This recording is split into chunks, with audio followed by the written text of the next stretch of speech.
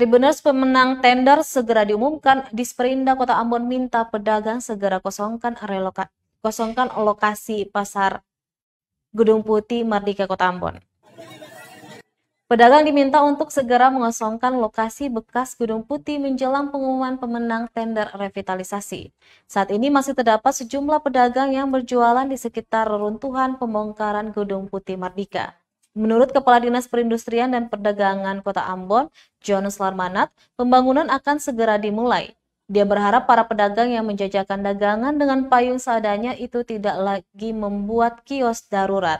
Selain itu, para pedagang juga diminta untuk segera pindah ke tempat yang sudah disiapkan oleh pemerintah.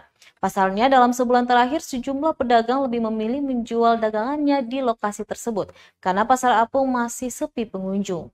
Menurutnya ada beberapa prosedur yang harus diselesaikan terlebih dahulu sebelum mengumumkan pemenang tender. Namun pihaknya berencana akan mengumumkan pemenang tersebut di pertengahan bulan Agustus mendatang. Diketahui pemenang tender proyek revitalisasi tersebut akan melakukan perombakan dengan membangun Gedung Putih menjadi pasar modern berlantai 4 untuk ditempati kembali oleh para pedagang.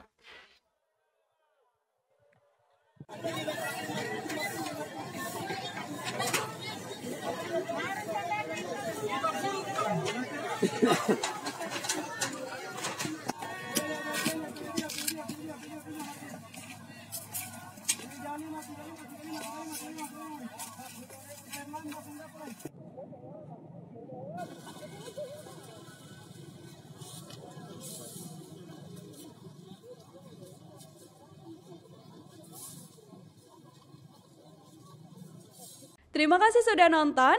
Jangan lupa like, subscribe, dan share ya.